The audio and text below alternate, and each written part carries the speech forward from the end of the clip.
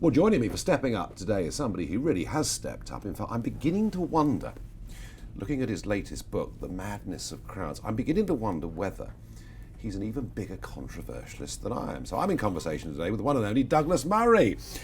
Douglas, this is the latest book, and I couldn't help but look at the chapter headings. Oh, no. Chapter 1, gay. Chapter 2, women. Chapter 3, race. Chapter 4, trans. I mean, are you setting out to just try and enrage everybody? No, I'm not. I was recently doing an event at a university, and the student who was interviewing me started by reading that page, and there was this wonderful. It had an absolutely packed hall, and everybody sat in silence as he went through the list. And when he got to the end, I just looked at them and smiled, and we all burst out laughing. And I was, I think there is a knowledge, isn't there, that we now know what the things are you're meant to not talk about. They happen to coincide with things that are very, very interesting, and which I think we should be able to talk about. So I do it deliberately in a way. I say, why don't we have a talk about this? Why don't we address this issue? And my belief is, and the response has been, that the public want to have these discussions too. It's interesting, The Madness of Crowds. I mean, I love the title, because over the last few months, everywhere I go, I get out of the car and put petrol in the car, people walk up to me and say, Nigel, what's going on? Right. What's happening? So I think you're right. I think there's a big silent majority out there very, very worried about what's happening to free speech. But can you just, I know the basic thesis of this book is that all these groups had every right to feel a degree of discrimination against them. They fought for equal rights in a number of ways and pretty much achieved them. But the thesis of the book is that they've kind of not stopped with their victories. Did we just sort of explain that? That's very common in lots of movements, isn't it, historically? That there's a famous quote. Eric Hoffer said that every good cause, starts as a good cause, becomes a business and degenerates into a racket. And that's happened in almost every rights case I can think of. Gay, which I do the first movement, gay rights, basically got there some years ago. But there are all these organizations like Stonewall. What do you do if you're one of the big gay panjandrums at Stonewall? You want your pension, you want your salary. You've got to find a new cause. You've got to find a new cause. Now, Stonewall found trans, and now it goes around telling people in schools what they should teach kids about trans. And, of course, at this stage, having won, they've never been richer, they've never been more mainstream, they get in all the corporate donations, and then, before you know it, you get the situation we've got where corporations invite Stonewall in to give them a mark. Like whether they're good boys or not. So this is ridiculous. This has nothing to do with the original aim of the gay rights movement, which was just to get to equality and stop. These people find it really hard to stop. And I mean, J.K. Rowling, who hardly is a political controversialist, and yet has sort of faced quite a degree of hatred over this. The same thing. All of these things are interconnected. I say in the chapter, gay is a minority issue. Relations between men and women is a majority issue. Certainly used to be. And relations between men and women cannot be as divisive as they've been made in recent years. I say there, though, you see, what we've got this problem with is what happens when the feminists have won. Feminists throughout the 20th century say we want to have equality with men. They get to equality, and then you get this weird overreach because you've got all these professional feminists. You have people who want a cause. You have people who are in the habit of standing at barricades, and they don't have anywhere else to go. But in the case of Black Lives Matters, you know America pretty well, as I do. I would say that it's a reasonable assumption to think that we have perhaps been a fairer country in terms of race than parts of the USA. I mean, what I'm saying is, look, I can't stand the tearing down of statues, mob rule. And we saw that extraordinary picture the other day of a woman innocently sitting outside a restaurant, being surrounded by a mob, and it was compared to 1933 in Germany, and people being made to raise their right arm in support of the Führer. I mean, so we've seen all of that, but does the Black Lives Matter movement in America, does it need to exist in some form? So, all of these rights claims start somewhere decent, which is a request for equality. Now, I entirely agree, by the way. America and Britain are very different countries, and I resent the importing of a specific American racial issue to the British context, for instance. I was brought up in a Britain that was very diverse already. We didn't know about people's skin colour, as we didn't notice it. We were brought up to who cared? We were.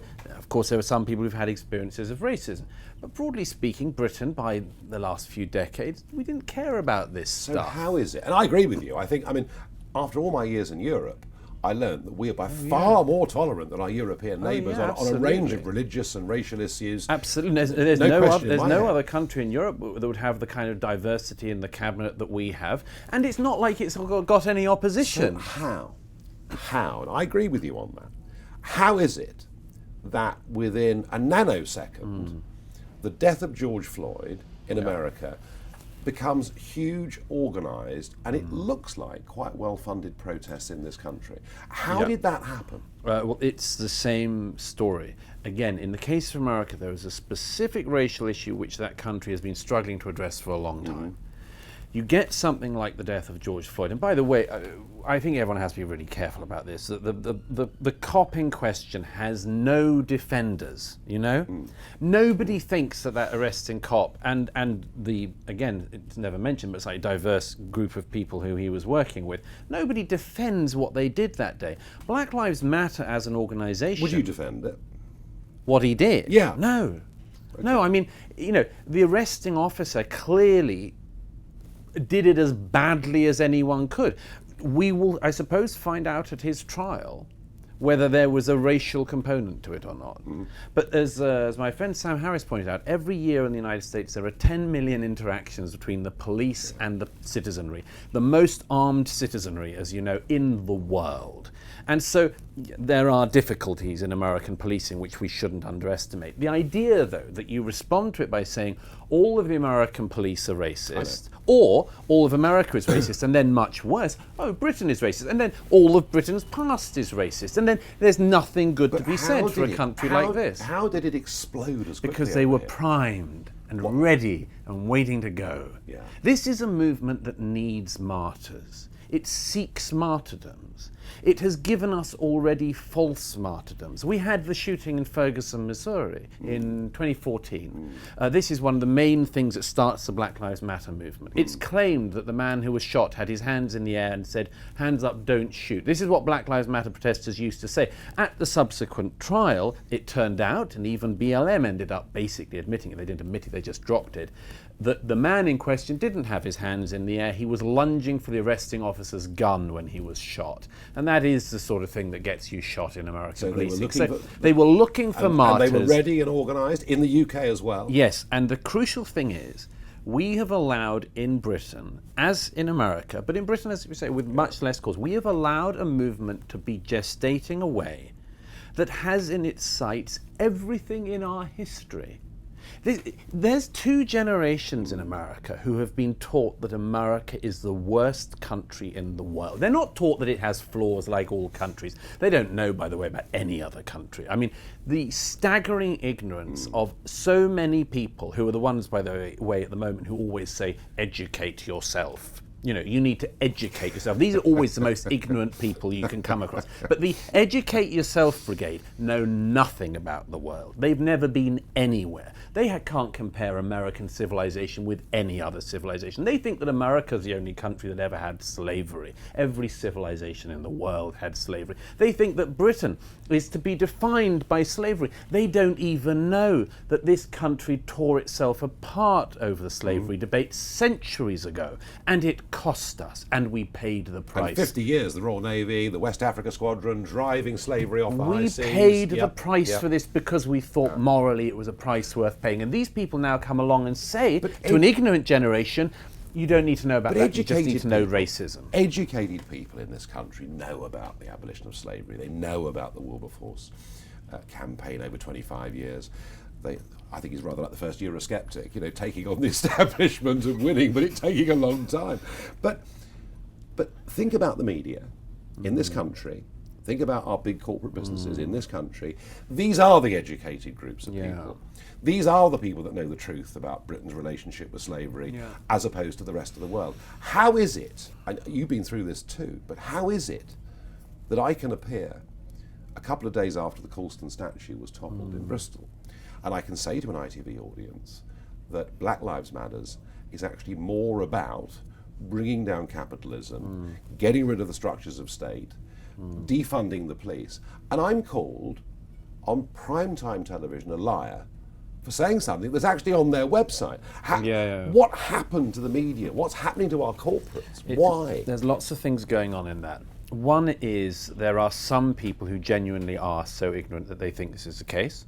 But surely not in those circles of the media and business. Now, in the circles of the media and business, we're dealing with another phenomenon. We're dealing with cowardice. Cowardice. Being called a racist is about the worst thing you can be called in our society. Some people say, well, clearly it's not because you survive after I've called you a racist. No, it isn't. It is about the nastiest thing you can say. It's also, by the way, and I've written about this in the past, one of the fascinating things about it is it's impossible to prove. There is no agreed upon definition, and it is impossible to disprove. Of course. Because, of course, we have had in this country for 20 years the idea that it's all in the eye of the beholder. So that if you think it's racist, ergo it is racist. This is an incredibly damaging thing for a society. Now, this is where Black Lives Matter and other such movements do very well. They mop up very happily and nicely in this terrain because they say anybody who opposes us and everything we're smuggling in behind our first demand must be a racist. Now, it is high time that more people in corporate life, more people in government life and elsewhere said, no, we know what you're doing. There are so many examples, by the way, of this happening in the past. Do you remember peace studies? Peace studies that mysteriously cropped up during the Cold War. Peace studies, if you didn't like this totally bogus crock, often, it has to be said, Russian-funded studies, you were against peace. How could you be against peace? That must mean you want to nuke everyone. So what words do they call you, Douglas? What do you get called? Oh, I don't know. Come on, give us a list. I imagine I get everything. I mean, I'm obviously a terrible bigot in every way, a horrible transphobe, obviously a gay homophobe. I mean, I suffer clearly from every available bigotry. But I mean, the reason I'm asking you is because, you know, I think I've received more than my fair share of abuse over the years. More than anyone, I'd have thought. More than anyone. And I just wonder, how do you deal with it? Oh, I don't care. You genuinely don't genuinely don't care. To my mind, the formation of character is in large part reliant on knowing who you should care about and who you should not. Knowing who you should listen to and who you should not. Now, there's a small number of people, family, loved ones, my best friends, people I admire, who if they say, you know, Douglas, I think you're wrong on that, I would listen. Definitely would listen. Yeah. But if somebody called, you know, Xena, warrior, princess, 1, 2, 3, social justice now says that they think I'm something. You don't worry, Sue. I don't lose any sleep. But you're an interesting phenomenon because, you know, in France, intellectuals are, you know, held up on a pedestal. They're a very important, seem to be a very important part of French. Yes, I've often admired this aspect of French culture. But you're an intellectual, and yet, you know, you're producing these books that are bestsellers. How do you cut it as an intellectual in Britain? Well, we do have a very fine intellectual tradition in Britain. But it's not respected. I wouldn't say it's not respected. There is an enormous oddity about this country, which I think I could sum up as follows. The British are traditionally suspicious of ideas. And those of us who are right of centre or conservative thinkers have here a great conundrum. The British suspicion of ideas because we muddle through. Yes. The British suspicion of ideas, to a great extent, is itself a good idea. My late friend Roger Scruton was very eloquent on this point, because the innate instinct of somebody to be, for instance, concerned about ideas is in part a concern about utopians. You see, the continent has, in history, repeatedly fallen prey to utopian ideas. And the British people haven't historically liked that. And that is an enormous advantage. But of course, if you're interested in ideas yourself, then you have this conundrum. I would put it like this.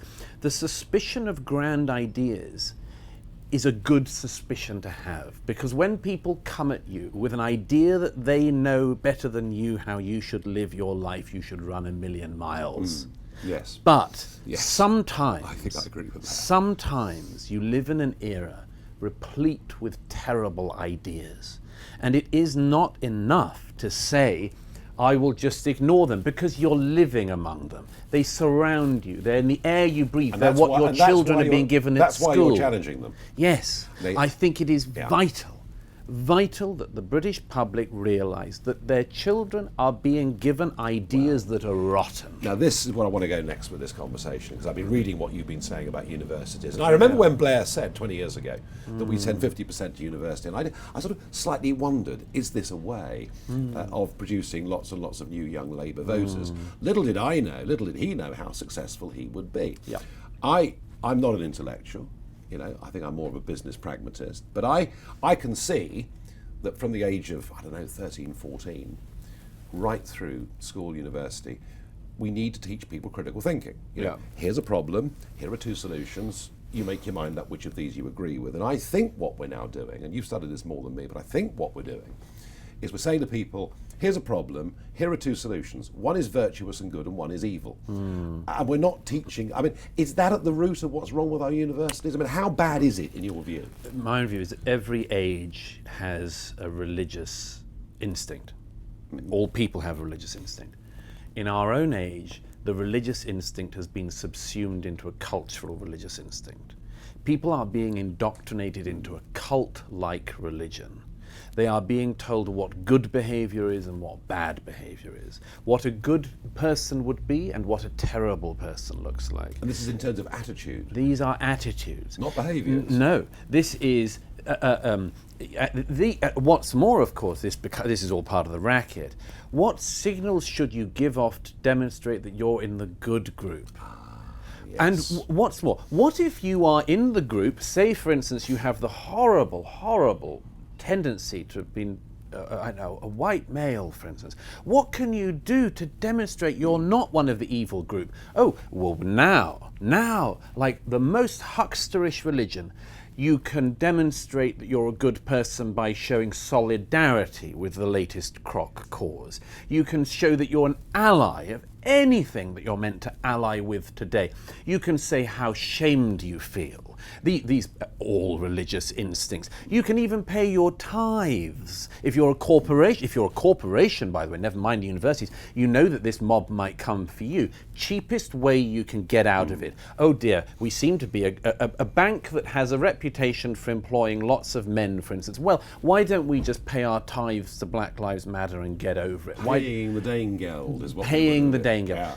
So this is what's happened. We've got a new morality, a new religion that has come in this country. I've tried to identify it for years, and this is the clearest example of it. So, the real question, it's one thing to stand up and try and raise issues, and you've done a huge amount on this. I myself, in a more modest way, tried to raise the issue of what was happening across the English Channel earlier this year. And I know you wrote about this with sort of the death of Europe a few years ago, talking about the Mediterranean and what was happening. So I, like you, I think I'm quite good at raising issues, getting people thinking and talking about things. But what are we going to do to try and solve this? What are we going to do? To begin with, what are we going to do to get our universities back to where they need to be? I'm a great believer in truth. I honestly believe that truth has an extraordinary ability to cut through. In the end. In the end. God knows it's unpleasant in the interim period. But let me give you an example. I've just been writing about a book by a very distinguished neuroscientist from Canada called Dr. Deborah So. She's just written a book called The End of Gender. And she just lays out, she's a liberal thinker. She just lays out, you can't keep pretending that sex doesn't exist. You just can't. And this is what you're going to do. Now, the people who've been wading through that argument have had a tough time. But it's the same as you know on every argument. The argument I said in The Strange Death of Europe over the migration question was, we haven't asked the big question. What is the big question in migration? I would say it's this, the following conundrum. We would like to be kind and welcoming to people in the world who have just the worst luck, living in war zones horrible situations in terrible countries that have been run down by despotic leaders. We'd like to be generous to them. Can we take them all in? No. So what do? I have tried for years to persuade people to think about that. But so what we have, and I do this all the time with my, as it were, left-wing liberal friends and interlocutors on this, is to say, you know that's the conundrum. You know it's that. You know we can't take in everyone in the world who lives in worse situations than us. What do? All they can do is to dodge that question. They've dodged it for years. All they can do is dodge it and say anyone who doesn't agree with them today is racist. What they're doing is unsustainable. What they're arguing is unsustainable. And I find on each of these issues, as with the migration one, that's why I'm confident about it. So if we win the intellectual argument, does political action then necessarily follow? No, you can win an intellectual argument and lose politically. Maybe we are in a part. Do we have a Conservative Party? Well, that's another version of it. You win politically and lose intellectually. That's the flip side. That's the one I think that we are at least in part in the UK. We have a Conservative government with an 80-seat majority, and yet every day there is an example of something which no Conservative could possibly agree to. When our government was missing in action, when I wouldn't just say statues, our holy places as a nation were being assailed. When the cenotaph was daily being defaced, and we saw a video of Black Lives Matter protesters saying to that extraordinary young group of volunteers, young men and women who turned out to be from the Household Cavalry, who on their own time came to clean that. Somebody said from Black Lives Matter, you care about your precious monuments. That was when we should say yes. Yes, we care about our precious monuments. They're not precious little monuments. These are our holiest places, and we make no apology for it. Now, nobody from government said that. I know. Nobody. I know. And yet Middle England is saying it. I sense it, I feel it, and I think the BBC have overstepped the mark completely on the words of Land of Hope and Glory and Rule Britannia. I cannot understand what the BBC is thinking on this. They give the impression of a guiltiness that makes me very suspicious. What had the BBC to do with the killing of George Floyd? Why do they present it as if they were in some way complicit? They run a video the other day saying, we've always tried to do our best, we know we need to do more. What are you hiding? What's the problem with you people?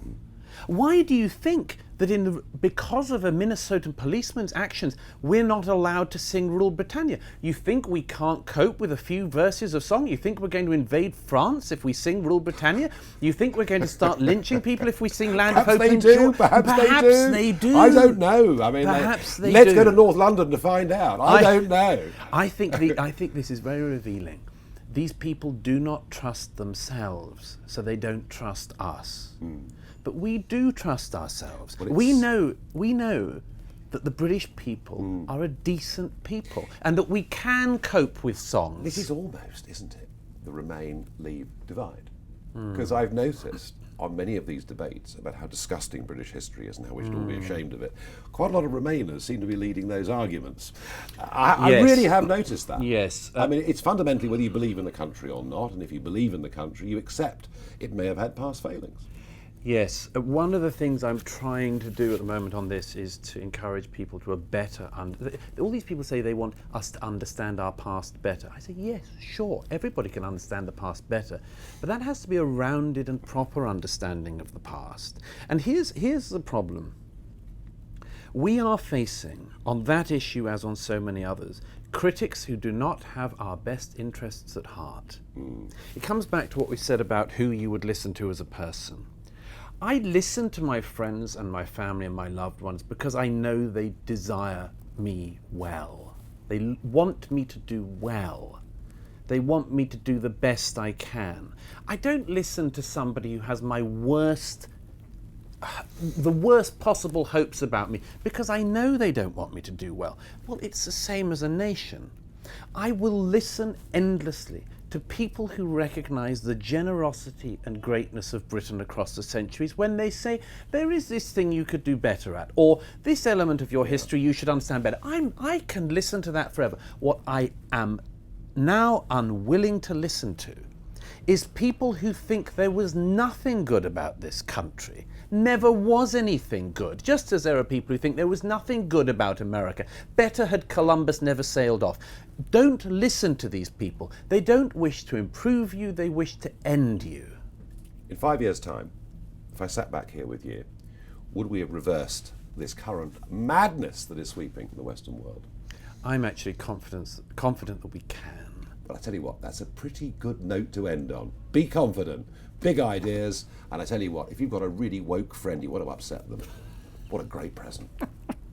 Thank you. Thank you.